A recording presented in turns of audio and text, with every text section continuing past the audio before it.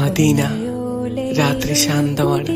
അവിടെ പതുക്കെ ശ്വാസം വിട്ടുകൊണ്ട് ഈ ലോകത്തോട് വിട പറയാൻ ഒരുങ്ങുകയായിരുന്നു ഫാത്തിമ റളിയല്ലാഹു അൻഹ. മഹദിയുടെ അരികിൽ വാക്കുകളില്ലാതെ അലി റളിയല്ലാഹു അൻഹു ഇരിക്കുന്നുണ്ട്. കണ്ണുകളിൽ പേടിയാണ്, ഹൃദയത്തിൽ വേർപാടിന്റെ വിറയലാണ്.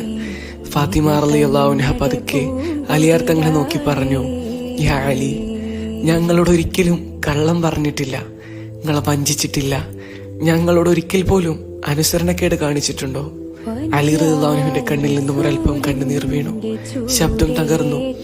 അല്ലാഹുവാണ് സത്യം, നിങ്ങൾ എന്നേക്കാൾ കൂടുതൽ ശുദ്ധയും കൂടുതൽ സത്യസന്ധയുമായിരുന്നു. മഹദി വീണ്ടും പറഞ്ഞു, ഇതാണ് എന്റെ അവസാന ആഗ്രഹം.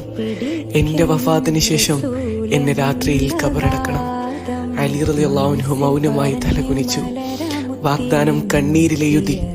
അല്പസമയത്തിന് ശേഷം ഫാത്തിമ റളിയല്ലാഹു അൻഹയുടെ ശ്വാസം ശാന്തമായി. മഹദി ഈ ലോകത്ത് നിന്നും വിട പറഞ്ഞുപോയി. രാത്രിയിൽ ഖബറിനുള്ളിൽ അലി റളിയല്ലാഹു അൻഹു സ്വന്തം കൈകളാൽ മഹദിയെ വെച്ചു. മണ്ണ് വീഴുമ്പോൾ ഹൃദയം തകർന്നു. ഖബറിനരികിൽ നിന്ന് അലി റളിയല്ലാഹു അൻഹു വിറയുന്ന ശബ്ദത്തിൽ പറഞ്ഞു, യാ റസൂലല്ലാഹ്, നിങ്ങളുടെ അമാനത്ത് ഞാൻ തിരികെ നൽകിയിട്ടുണ്ട്.